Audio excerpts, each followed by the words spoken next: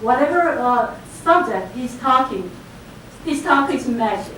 So I'm sure that you will be very happy to hear tonight and share the precious time with him. Dr. Reinhard, please.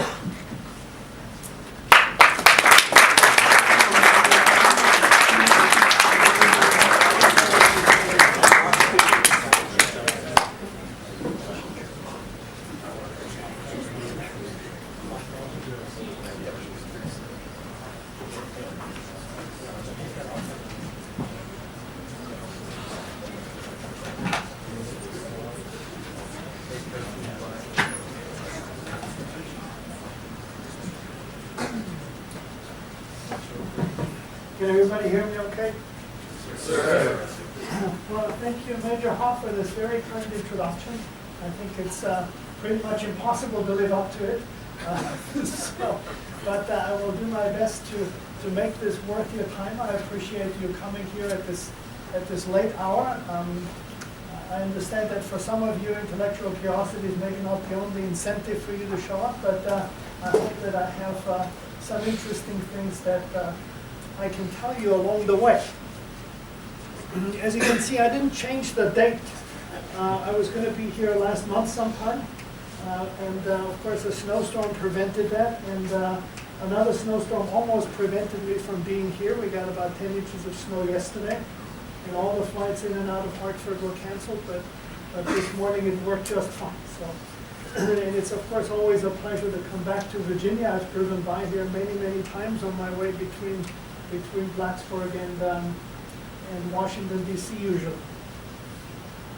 So I thought maybe I would start a little bit by telling you a little bit about who I am and how I came to be sort of what looks like an odd duck in being in a cell biology department and in the mathematics department, and how these things sort of all go together. And it's really, I think more than anything, a sign of the times that standard categories are being dissolved and are being replaced by a much more innovative and new paradigm for doing science, for doing computer science and other sorts of things. So let me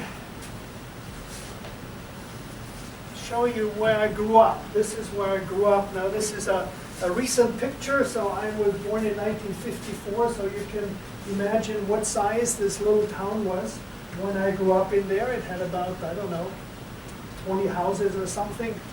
I grew up in this very house. Right here, there's a rail line here that goes by, and this is right in the corner of the border of Austria and the Czech Republic. So it is about 30 miles away from what is now the Czech Republic. Of course, when I grew up, it was the border to the Warsaw Pact. It was the border between NATO and Warsaw Pact. And on the other side of the border, there were thousands of Russian tanks. And on this side of the border, there were, across from our house, there were routinely a bunch of American tanks, fighter jets flying over what looked like a treetop level, making our windows rattle. So this was the time of the Cuban Missile Crisis, a time of tremendous tension. And it left an important impression on me about how dangerous times can be, and how important it is to have folks like you who devote themselves to national security. So I went to elementary school. It was right here. It was at the entrance to the cemetery, a two-room schoolhouse for the lower 4 grades and the upper 4 grades. And thanks to my elementary school teacher, I ended up going to get a higher education and studied mathematics at the University of Munich for some time. And then I came to the United States, and I should say, so I studied mathematics really. The reason was that I wanted to study mathematics as abstract art, which is really what it is. So yesterday we lost one of the great geniuses of the 20th century, Stephen Hawking, theoretical physicist. And Hawking once said that physics is described in terms of equations, but equations are the most boring part of mathematics. What's really exciting is the whole intellectual edifice that is behind it, is behind these equations. And that is precisely what interested me in studying this subject. And at some point I came to the United States as an exchange student. I had a Fulbright fellowship to spend a year at Indiana University, which I really liked. And I wanted to stay just a little longer, except my goal in life was to live in the biggest city I could live after growing up in this little village. Everybody knows everybody's business, and I'm sure a number of you have grown up in little villages like this, and you know exactly what I'm talking about. So I didn't make it to really the biggest city, but I made it to Chicago, so I went to Northwestern University where I got my PhD. Still in pure mathematics. And over the years I moved more into applications. That's what I did at Virginia Tech, working in bioinformatics, applied computer science if you like.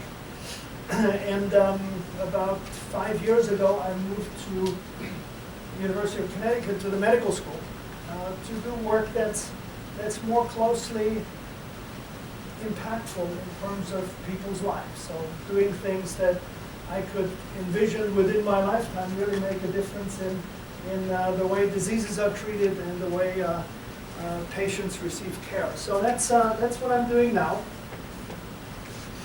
So I've come a long way from basically wanting to be an artist to wanting to be sort of a very practical, applied mathematician, if you like, who works in biomedicine and healthcare.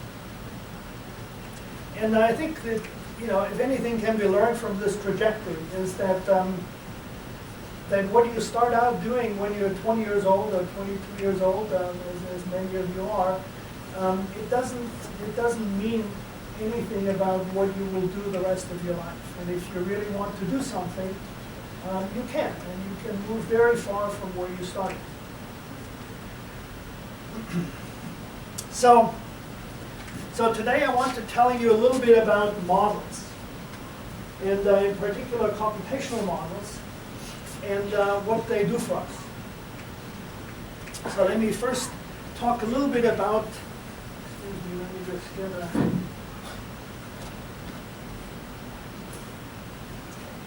so I want to tell you a little bit about what a model might be, what one might think of as a model. So this is I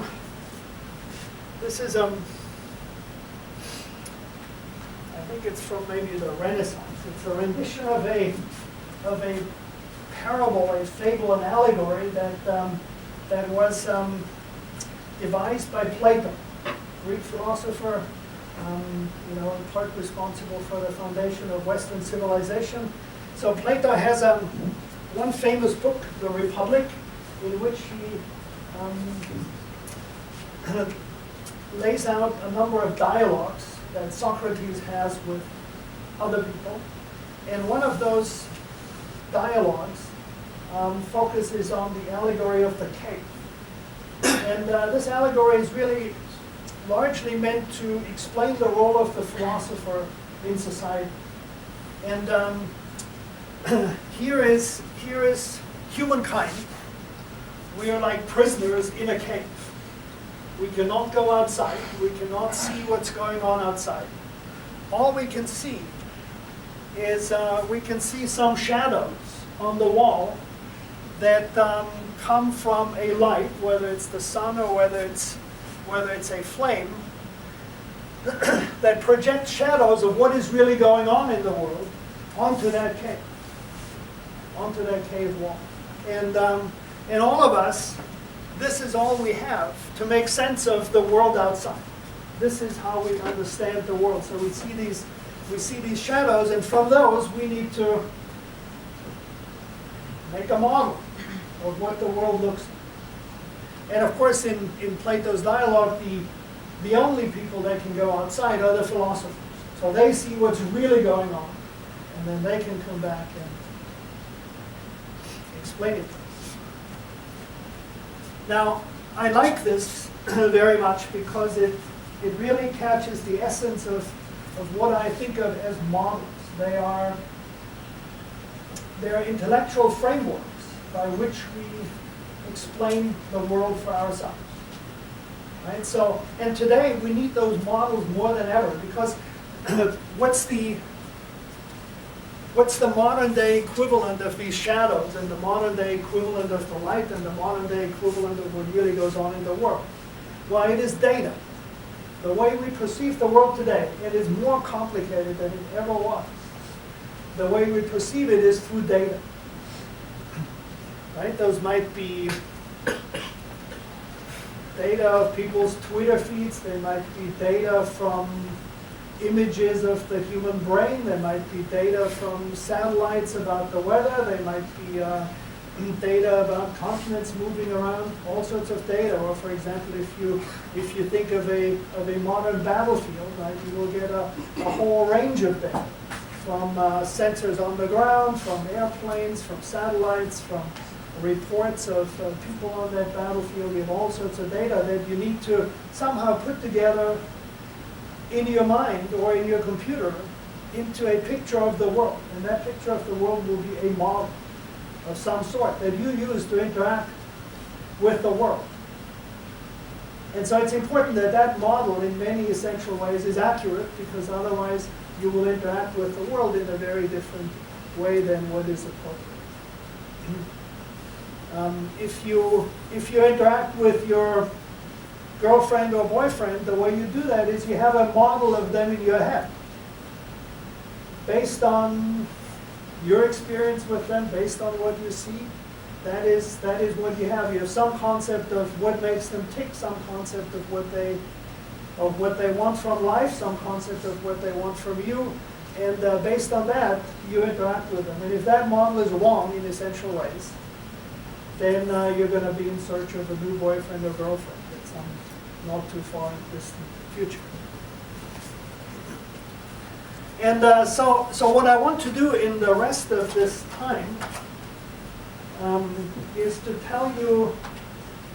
give you some examples, essentially, of computational models that are relevant for many things. In particular, they're relevant for all sorts of things that have aspects in national defense, aspects that are relevant for any sort of military mission that you might go on. And so that's my goal, is to simply show you some examples. Before that, I want to show you a really good example of a model that plays an important role in our world. This is a model that's out of a book by Charles Darwin, Evolution of the Species. And what it represents is the relationships between different species, how they descend from each other. Right? So you have an initial species here that then branches into different species. And this representation, which, since many of you, I think, are computer scientists, it's of course a graph, or more specifically, it's a tree. This is a very common representation how species relationships are depicted now. For example, if researchers design the next vaccine for the flu for the next year, what they do is they make precisely a tree like this, a phylogenetic tree, to see which of the virus species are likely to be prevalent this coming flu season. Okay. So that's a model, and it's in some sense even it's a computational model, even though it might not exactly look like it.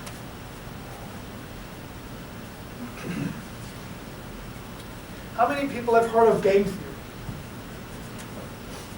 Okay, some of you have heard of game theory. So game theory is the first type of model that I would like to talk about just a little bit. It came about really in the 1940s by John von Neumann, a very famous mathematician who has done many things. He'll show up once or twice more. So he really developed game theory as a subject, and he developed it while he was working at Los Alamos at the Manhattan Project, together with another mathematician and physicist, Stanislav Mula. They were, among other things, motivated by understanding what sort of strategies might need to be developed in the age of nuclear deterrence. Right? When you have two forces opposing each other, the NATO and the Warsaw Pact, both armed with nuclear weapons that can destroy each other thousands of times over. What is the appropriate strategy to deal with these sorts of things? That was more formally picked up by the Rand Corporation and another famous mathematician, John Nash. Here's a statement that the Rand Corporation put out in, I think it was 2015 when John Nash died. And John Nash really was the one who developed game theory in a very extensive way. Has anybody seen the movie A Beautiful Mind? So that was about John Nash. So I'm not going to go much into the details of game theory. It's very important in economics. So John Nash, while he was a mathematician, got a Nobel Prize in economics. But let me explain to you the essence of game theory in terms of probably the most famous game that was made up at this time. And that is the so-called prisoner's dilemma. Right? And I'm sure many of you have seen Prisoner's Dilemma. Right? So the basic idea is that you have two prisoners that were arrested because they were found with stolen goods and are likely to have stolen those goods in a robbery somewhere. Okay? But there is no evidence that the police can use to tie them to the robbery, so they would like to get one of them to rat out the other one. Okay, so the deal they present to both of them, and both of them are held in separate rooms, so they can all communicate with each other. So the deal is the following. If you confess and you rat out your fellow criminal, then you will go free, and your fellow criminal will get 10 years in prison. Okay? If you keep quiet and your fellow criminal keeps quiet, then both of you will get 1 year in prison for possession of stolen goods, but not for robbery. If, on the other hand, both of you confess, then each of you is sort of, the confession is worth less, and each of you get 8 years in prison. Okay, so that's the deal. Both of them get the same deal. So what should they do? What's the best strategy? And this strategy is not unlike some of the kinds of considerations you might see in a nuclear conflict. Right? So what should they do? Obviously, the thing to do is for both of them to stay quiet, for both of them to lie. Right? That's the lower right-hand corner. Right? This is what's called the payoff matrix of the game. So obviously, both of them are quiet. They both will go to jail for 1 year. And that's it. Now, of course, they cannot communicate with each other, so they don't know whether the other person will stay quiet. And of course, if the other person doesn't stay quiet, then they get a pretty damn good deal, and you don't. So what's the likely strategy everybody is going to settle on? Both of them will settle on the strategy, then both confess. And it points to a fundamental dilemma, right? That we don't always necessarily do what's good for us. In particular, if we lack appropriate communication. Now, this prisoner's dilemma, of course, is a very, very simple game.